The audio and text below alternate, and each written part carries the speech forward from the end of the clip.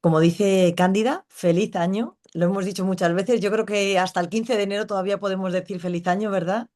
Y será por felicitar.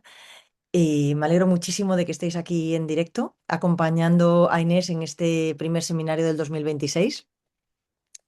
Y le doy la enhorabuena a ella por el tema que va a presentar, porque ha generado, como le estaba comentando, muchísima expectación sin poner nervioso, porque además ella lo tiene fenomenal preparado, que llevamos hablando de este webinar unos meses y quiero darle las gracias por haber empleado el tiempo, por preparar esta documentación. Luego, además, Inés va a dar clase en el programa Experto en Data Science y está preparando todo el tema para que los alumnos también lo tengan muy, muy, muy, muy bien masticado. Así que darte las gracias, Inés, y a todos los que estáis aquí en directo. Y quería comentar, eh, el programa Experto en Data Science, la próxima edición empieza el 23 de enero. Estamos ya a últimos días, es muy complicado enero. Sabemos que es un mes que uno vuelve de vacaciones y estás intentando cerrar todos los fuegos de lo que ha pasado en Navidades, pero sí que a los que queréis formaros en datos, que asistís a nuestros webinars y que sabéis que esto viene para quedarse, como decimos siempre, nosotros damos los fundamentos para que podáis utilizar ChatGPT y la IA generativa para acompañaros en el proceso. El programa consta de 200 horas y en nuestra página web datamecum.com podéis ver todos los contenidos, ¿vale? Sabéis que son los fines de semana, viernes y sábado, desde enero hasta julio, ¿vale? Además, esta edición es la que os prepara para que podáis participar también en el máster que empieza en octubre. Es la última oportunidad para poder hacer el recorrido completo, analítica avanzada de datos, Machine Learning, para terminar con Deep Learning. Os recomiendo muchísimo que lo reviséis. Ya sabéis que nuestros precios son muy, muy asequibles, que además, si lo habláis con vuestro empleador, con vuestra empresa, sería 100% gratuito porque se bonifica por Fundae y que nosotros os ayudamos a verlo. Así que si tenéis cualquier duda, ya me conocéis casi todos, me llamo Ruth y aquí en Te Llamamos podemos hablar con vosotros si tenéis dudas o en inscribirme directamente a hacer el pago. Empezamos el viernes que viene. Así que sin más, Inés, te voy a preguntar, ¿cómo empezaste en el mundo de los datos? ¿Por qué tenías claro que querías estudiar ciencia de datos o si llegaste a un perfil científico técnico de alguna manera un poquito de espontánea o de rebote?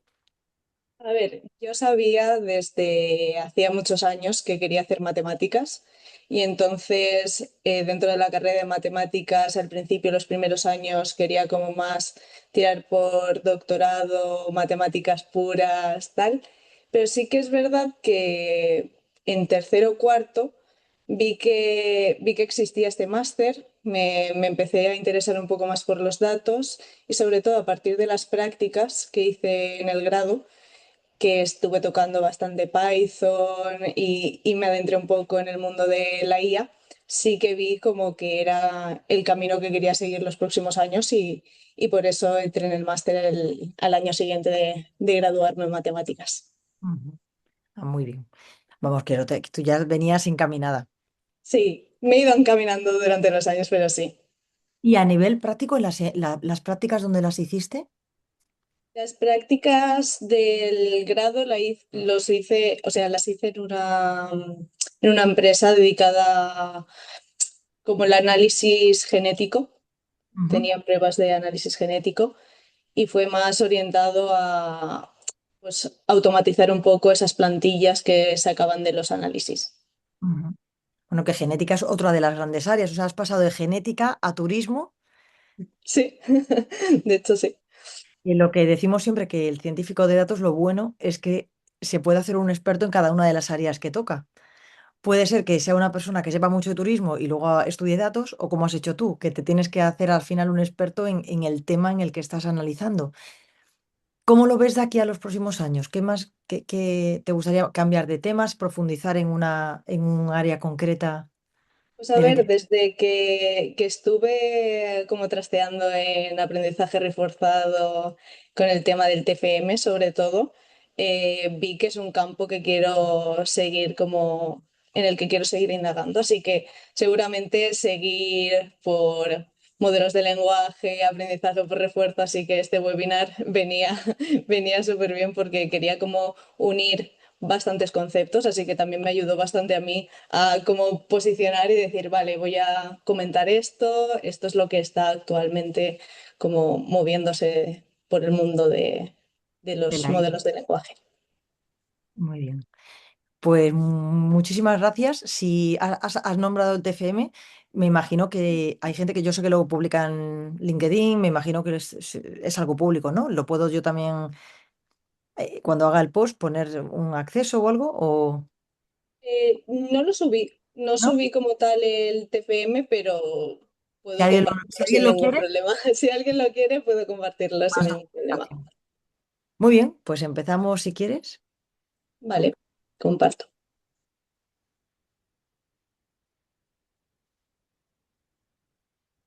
¿Vale? ¿Se ve bien? Muy bien. Ok, pues nada, yo vengo aquí a comentaros un poco. Es más bien una charla sobre modelos de lenguaje y sobre realmente cómo aplicar aprendizaje por refuerzo a estos modelos. Es para intentar cómo transformar estos modelos de un estado como son estáticos a algo más adaptativo.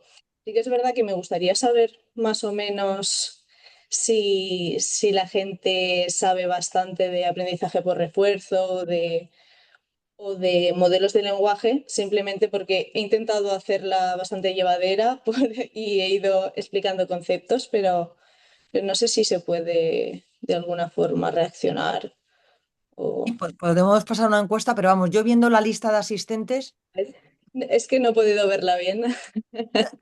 ahora que lo Vale, estoy, saben algo. me hago una idea, me hago una idea. Sí, sí. Vale, pues nada, empiezo. Al principio os voy a mostrar un poco qué es un modelo de lenguaje. Pues un LLM o Large Language Model es un tipo de modelo de lenguaje que está basado realmente en una arquitectura que salió en 2017 a partir del artículo Attention is all you need, que es la arquitectura Transformer. Y lo que hace esta arquitectura es que al final la idea es que predice el siguiente token. Va token por token, prediciendo pues como la siguiente palabra, entre comillas. No es palabra, pero nos podemos entender así.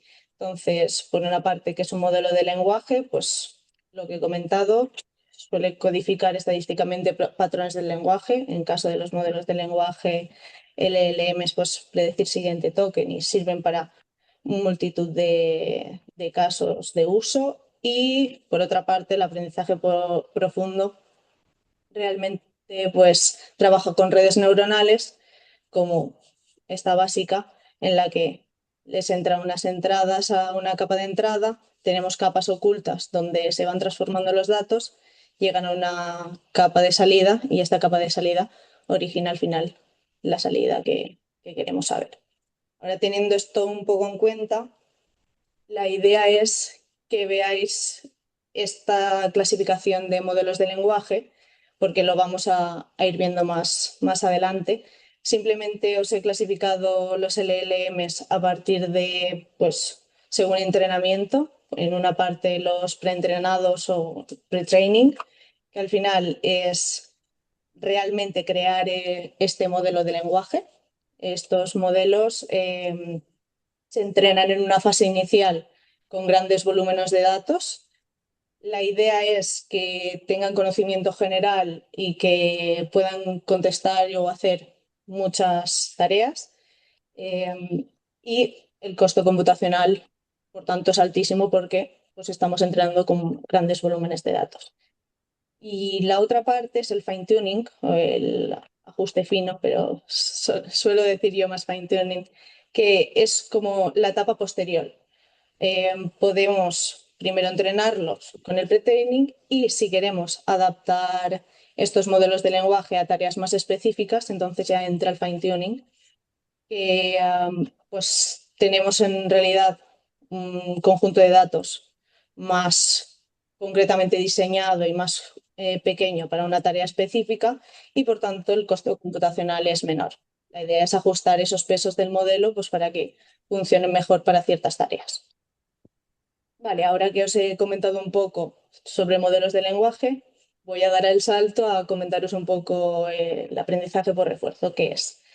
Pues sigue siendo pues, un campo dentro de la inteligencia artificial donde interaccionan como dos elementos.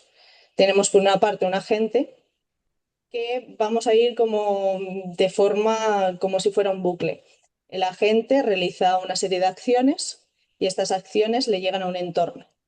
Este entorno, en función de la acción determinada por el agente anteriormente, le contesta con una serie de recompensas y observaciones, que esto servirá como el feedback para otra vez el agente poder actuar. Entonces va a ser algo así. Realmente un flujo básico podría ser este.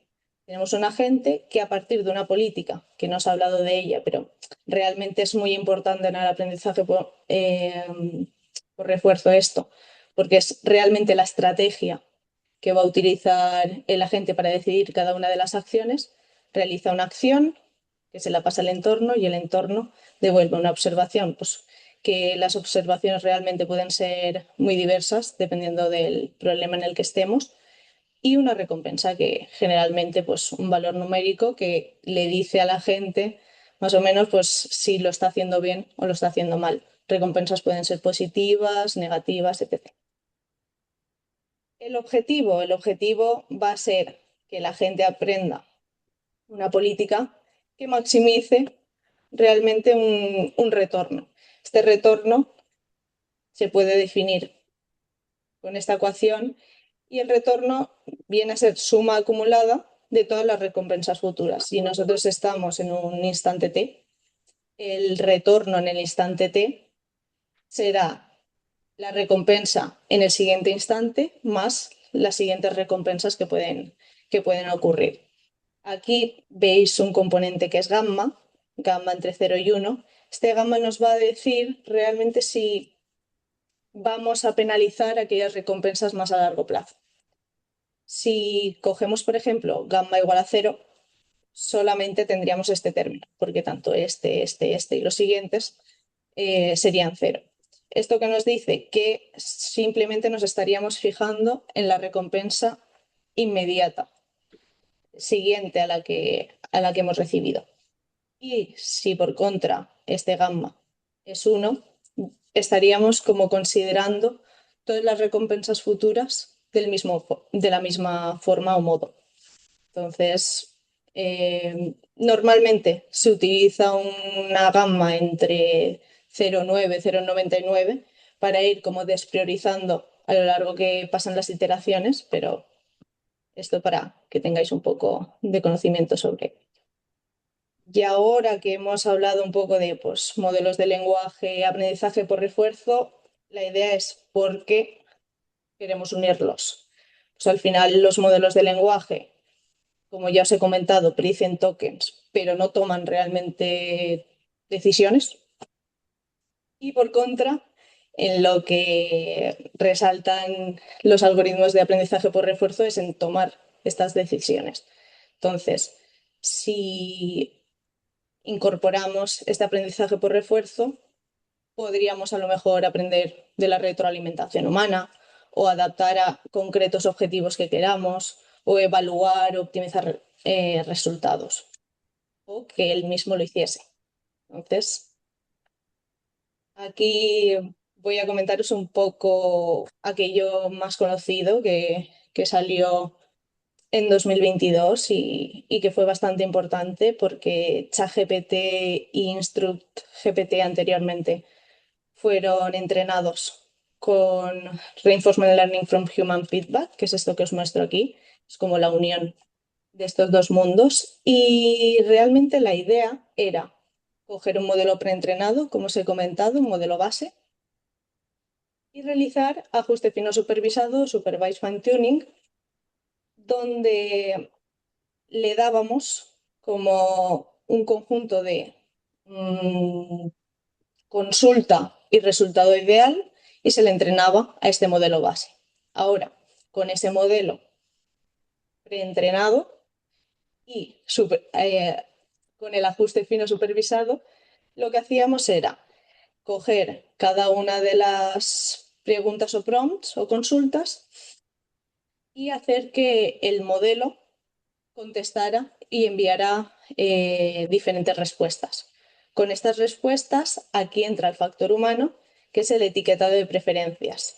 Hay bastantes formas de hacerlo. La más común sería la comparación de pares. Se les muestra a los humanos para una pregunta dos respuestas diferentes. Y el humano simplemente tiene que decidir con cuál se queda, cuál le parece que es mejor. Y con esto conseguimos pues, tener un conjunto de datos que refleja aquello que quiere, que quieren los humanos. Entonces, con este conjunto de datos, lo que hacían era entrenar un modelo de recompensa. Este modelo de recompensa, al final, lo que tenía que emular era el comportamiento de los humanos que habían tenido anteriormente y puntuar, pues si el modelo de lenguaje contestaba de una forma concreta, puntuar esta respuesta a partir de aquello que habían ellos aprendido, el modelo de recompensa había aprendido del feedback humano anterior. Y de esta forma se optimizaba con aprendizaje por refuerzo, normalmente con Proximal Policy Optimization, que es uno de los algoritmos, y iba como mejorando esta política. Esta política, en el caso de los modelos de lenguaje, esta toma de decisiones en cuanto a escribir el mensaje final. Este sería como realmente aquel como esquema que tenían en ChatGPT y InstructGPT, donde pues obteníamos el modelo preentrenado, se realizaba supervised fine tuning, obteníamos el modelo, esto es aquello que hemos comentado aquí.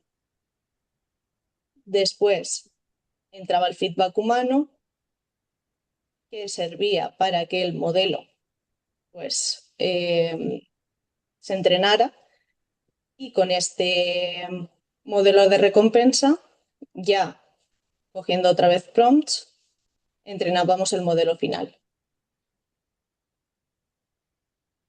Vale, pueden haber ventajas y pueden haber retos y límites como en todo. En cuanto a ventajas, pues estamos consiguiendo que entre en el modelo, que cambie realmente los pesos del modelo el feedback humano. Entonces sí que estamos cambiando el modelo y estamos como adaptándolo a aquello que los humanos quieren. En cuanto a mejora continua, pues puede ir mejorando, pero sí que es verdad que a través de ciclos de actualización, no es una mejora continua constante con todos los usuarios, porque eso es en el entrenamiento. Y pues al introducir el factor humano, pues se reduce el sesgo del modelo. En cuanto a retos y límites, pues entra factor humano, pues puede entrar el prejuicio humano, la escalabilidad, porque estos modelos se pueden entrenar y al final una máquina es muy rápida y por mucho que nosotros queramos no podemos ser tan rápidos y siempre que también entra el factor humano pues depende de él. Si no se puede hacer tantas comparaciones como son necesarias, pues esto lleva un tiempo. Para hacer como que este proceso fuera un poco más rápido, se evolucionó al Reinforcement Learning from AI Feedback, que al final quitábamos el componente humano y incorporábamos de alguna forma, vale, incorporábamos de alguna forma pues, o un modelo de IA o reglas lógicas. Y entonces aquí es muy parecido. Sí que es verdad que pues, el modelo o, o las reglas lógicas a veces no pueden emular aquello que los humanos pueden elegir, pero sí que nos permite pues, tener una escalabilidad mucho más grande porque se permite pues, procesar millones de comparaciones. Aquí entra también el factor de lo que es conocido como la IA como juez, que es como el uso de los modelos pues, para evaluar, puntuar y mejorarse entre ellos. Vale, pues ventajas, como os he comentado, la escalabilidad masiva. También la parte buena de esto podría ser pues, que suelen ser más consistentes en cuanto a si están evaluando reglas lógicas, completamente lógicas, pues van a ser más consistentes que posiblemente humanos, que pueden estar pues, cansados, tener algún tipo de sesgo, velocidad y a veces también pues, la explicabilidad, porque a veces con la IA como juez esta puede como ir redactando la justificación del por qué ha elegido cada una de las acciones que ha tomado. Por contra, también hay muchos retos y muchos límites en cuanto a, pues, entra el sesgo del modelo evaluador. Antes teníamos el del humano, ahora tenemos el del modelo. Entra también pequeños trucos que tienen los modelos de, pues suelen calificar a veces respuestas más largas. Si tienen dos opciones, suelen elegir la primera opción sin tener en cuenta el contenido. Y lo que más asusta, o a mí me asusta más, es cuando si él mismo se está entrenando sin como ninguna supervisión, puede derivar a lugares donde realmente no podamos controlarlo. Entonces esto se llama la deriva del modelo. Vale, en 2024, bueno, esto hace unos meses estuve yo mirando a ver qué había, qué había de aprendizaje por refuerzo aplicado a LLMs y tal, y vi un artículo en 2024 que planteaba el entrenamiento de modelos de una forma concreta y estos modelos son los Self-Rewarding Language Models, en los que la idea principal era como quitar el modelo de recompensa y que el mismo modelo tuviese todas las habilidades, generara prompts, se evaluara y aprendiera a la vez. Pero claro, esto tampoco es que parta desde cero, no un modelo de lenguaje va a aprender a hacer todas estas cosas. Esto también tenía como detrás un entrenamiento inicial con datos humanos. Este entrenamiento lo que hacía era enseñarle a saber responder con el instruction fine tuning, le daban preguntas y respuestas que querían los humanos que diese. Y por otra parte, el saber juzgar. Los humanos pues les daban una pregunta, dos respuestas y el razonamiento porque una de ellas era mejor.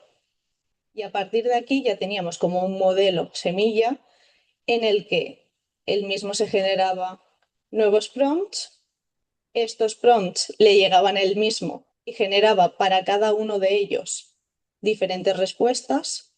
Estas diferentes respuestas se le pasaban otra vez al mismo modelo y para cada una de ellas elegía una recompensa y después seleccionaba pares de pues la consulta, la, una respuesta y otra respuesta, teniendo en cuenta que esta W es de winner y esta L es de loser, una mejor que la otra, y a través del DPO, del algoritmo, pues un poco vertiente del Proximal Policy Optimization, pues mejoraba este modelo.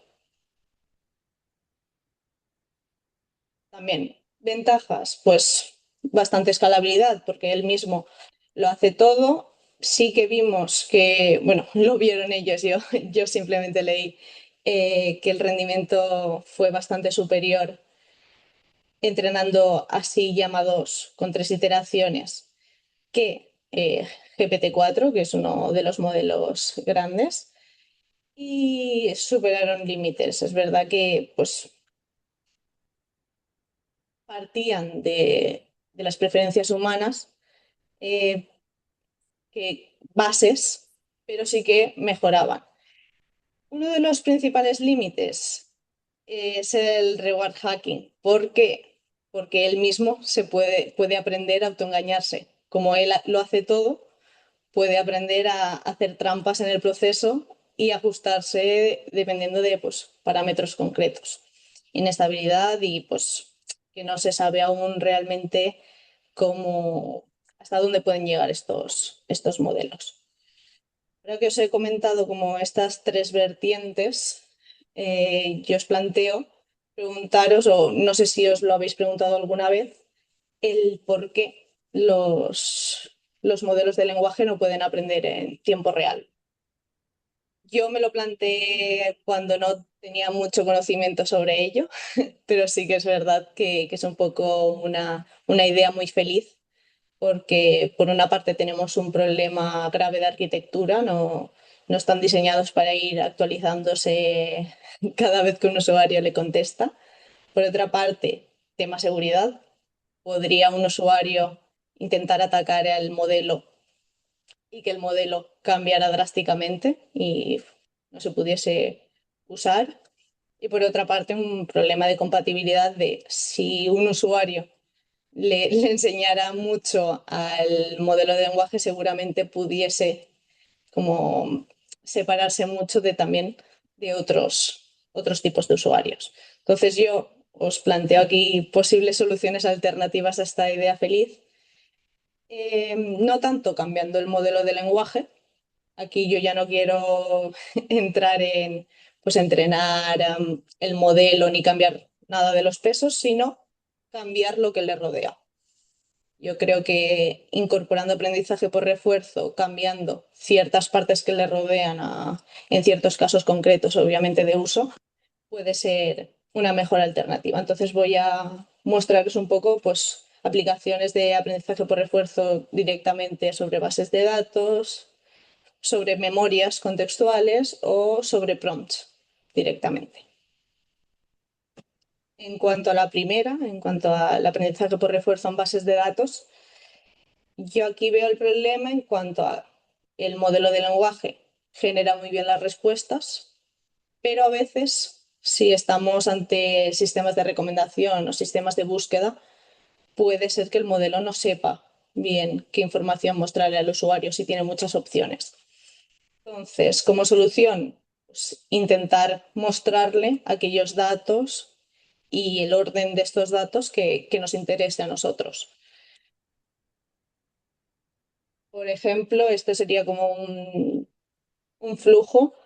El usuario envía una consulta, se podría crear un contexto en torno a pues, el historial o sesión de la conversación del usuario, métricas anteriormente elegidas, muchas más.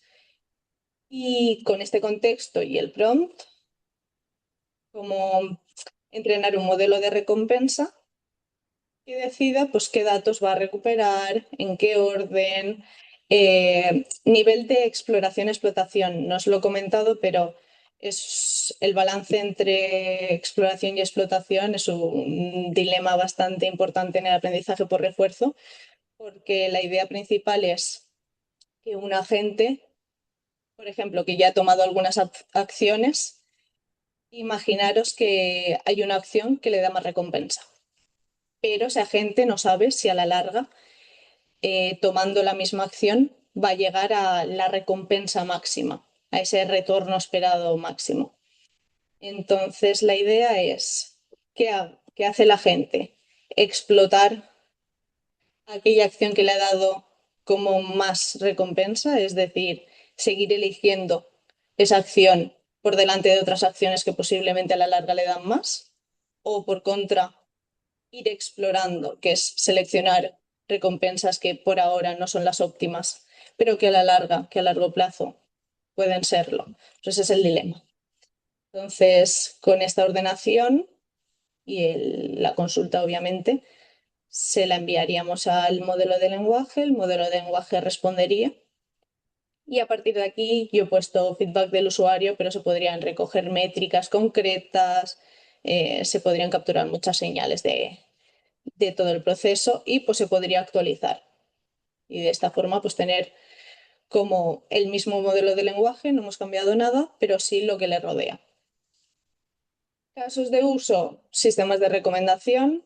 Se podrían hacer pues, recomendaciones adaptativas que equilibraran que tuvieran este balance entre exploración y explotación, o parecido también sistemas de búsquedas más personalizados y priorizados.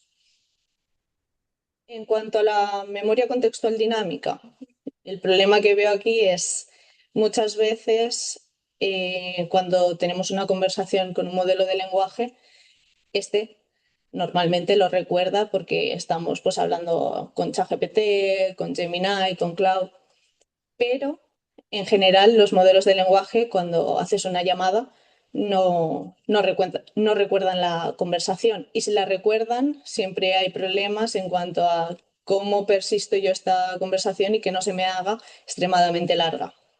Entonces la idea aquí sería incorporar aprendizaje por refuerzo de forma que pues pudiera seleccionar la información realmente relevante para la consulta o para el usuario realmente. Es que memorizar cuándo y cuáles son las preferencias. Un flujo podría ser: usuario envía consulta, se recupera memoria relevante a partir de la consulta. De la otra forma, sin aprendizaje por refuerzo, normalmente obtendríamos toda la memoria. Se le envía al modelo de lenguaje y la respuesta del modelo, a partir de esta respuesta, también se selecciona pues, qué nueva información es relevante a guardar. De la otra forma, pues lo guardaríamos todo y posiblemente si tuviésemos como una conversación muy larga, pues truncaríamos de alguna forma como la conversación más antigua y se iría actualizando. Casos de uso, pues normalmente chatbots también nos podrían valer para sistemas de recomendación. Y por último, optimización de prompt dinámico. Yo lo que he ido viendo estos últimos años es que muchas veces no es tanto que el modelo no sepa contestarle, sino que nosotros no somos capaces de poder como enviar una consulta buena de la que él pueda sacar esta información y pueda contestarnos bien. Entonces, pues podríamos incorporar aquí una forma de clasificar la intención del usuario y cambiar este prompt para enviárselo al modelo de lenguaje como mejor mejor para la tarea concreta que quiera el usuario. Entonces, antes de enviárselo, pues optimizar dinámicamente el prompt. Un flujo, pues usuario envía consulta, como siempre. Podríamos incorporar un clasificador. De esta forma, pues sabríamos más o menos la tarea que quiere el usuario que haga el modelo de lenguaje, mejorar este prompt y finalmente con este prompt mejorado enviárselo al modelo de lenguaje, que ya nos mostraría un resultado, pero este resultado ya no sería solamente de la consulta, sino del prompt mejorado. De la otra forma, pues todo esto desaparece y la respuesta del modelo sería pues a la consulta del usuario. Aquí entran casos de usos como Fusion Learning. Fusion Learning es como incorporarle ejemplos en el prompt para que el modelo de lenguaje sepa mejor cómo responder, o pues estructuras adaptables para diferentes tareas. Y esto sería todo. Esto era lo que quería comentaros. Quería como que vieseis esta transición un poco de modelos de lenguaje a algo más adaptativo, un intento, así que espero que os haya gustado y que me preguntéis todo lo que haya quedado claro. Muchísimas gracias, Inés. Ya ves que ha sido una exposición súper clara, empezando de cero y increciendo. Creo que todo el mundo ha podido entender hasta dónde haya llegado, pero empezando desde cero, que eso siempre decimos que para que nadie se quede fuera. No sé si... bueno, qué público hemos agradecido. Sí. Pues si tenéis alguna pregunta para Inés, la consultoría no, ¿eh? Pero preguntas. Quieren incorporar más información, si quieren.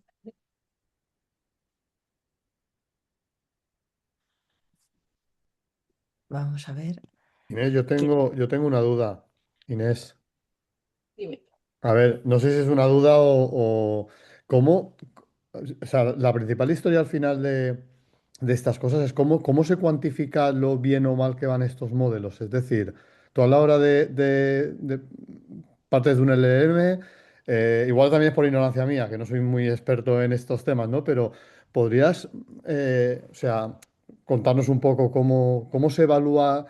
¿Qué métricas hay o cómo se evalúan estos modelos? O sea, lo bien o mal que van. O sea, un modelo, un LM de partida con respecto a uno en el que has aplicado Reinforcement Learning para que aprenda y demás. O sea, ¿cómo se cuantifica ese aumento de rendimiento?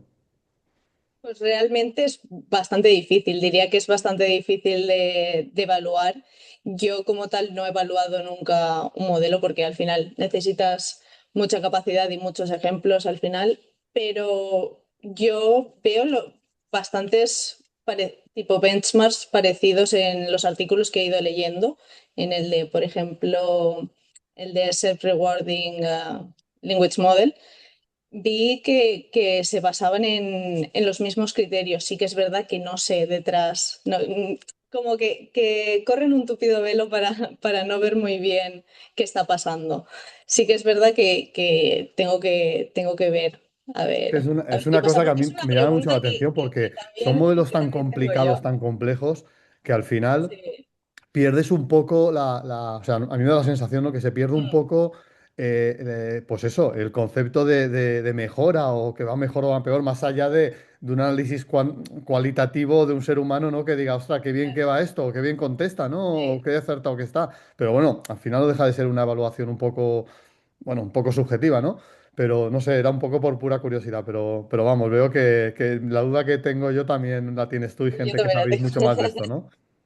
Sí, Gracias, Inés. a ti.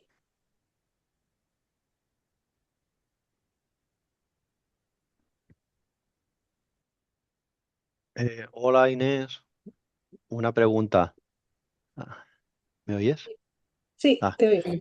vale, entonces, si no te he entendido mal, por ejemplo, esto, en un caso el específico de la base de datos, si tú tienes una base de datos con una serie de parámetros y quieres inducir a que el modelo te no alucine y te responda a lo que tú necesitas, se puede como encaminar u orientar para que te genere la respuesta que tú necesitas y que sea fiable, ¿no? Esto es lo que estoy entendiendo, ¿no? Sí, de este caso. Sí, Sí, la idea sería incorporarle de alguna forma el orden de los datos. Esto está muy orientado a sistemas de recomendaciones porque mi TFM fue realmente sobre esto. Y la idea es esa, la idea es que, por ejemplo, en un caso de sistema de recomendación que tienes una base de datos con 50 posibles recomendaciones, que el modelo no sabe qué elegir, pero tú por detrás puedes tener diferentes algoritmos que puedan decidir qué mostrarle al usuario. Y o sea, entonces, con de alguna eso, manera le incorporándoselo. induces. Claro, Vale, incorporándoselo a la consulta del usuario, inducir eso sin cambiar absolutamente nada del modelo. El modelo sigue siendo el mismo, estamos cambiándole el prompt o la consulta a ese mismo. ajá, vale, perfecto, gracias. A ti.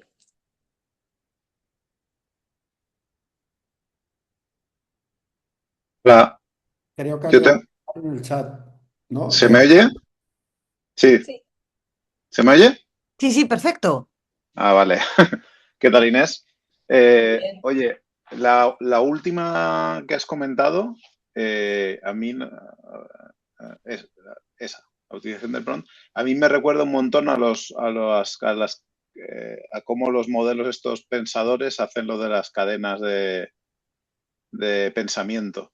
Y en qué o sea, ¿estoy en lo cierto o o sea, dónde verías tus diferencias fundamentales o similitudes y diferencias? ¿Cómo lo ves? A mí también me recuerdan bastante. Al final yo intenté como mostrar posibles, porque sí que es verdad que en el primero de los casos sí que es algo que probé yo propiamente, pero en estos temas es bastante complejo o requiere bastante tiempo como de inversión en cuanto a probar todas estas cosas. Y esto fue básicamente por el tema de que siempre que un modelo contesta, yo creo que se contestan realmente bien o mal, dependiendo de la consulta del usuario. No me basé mucho en pensar cómo era la arquitectura de los modelos thinking ni nada por el estilo, simplemente fue más de pensar yo cómo podríamos aplicar el aprendizaje por refuerzo. Seguramente tengan bastantes cosas en común, pero esto salió de mí, básicamente. Sí, sí, no, a ver, te lo decía porque Sí, lo de cuando se ponen a escribir siempre me pareció una manera de como que de mejorar su propio prompt. sí, por dentro habrá algún tipo de mejora, Mm, dependiendo vale, de modelo, supongo que sí. vale, gracias. De nada.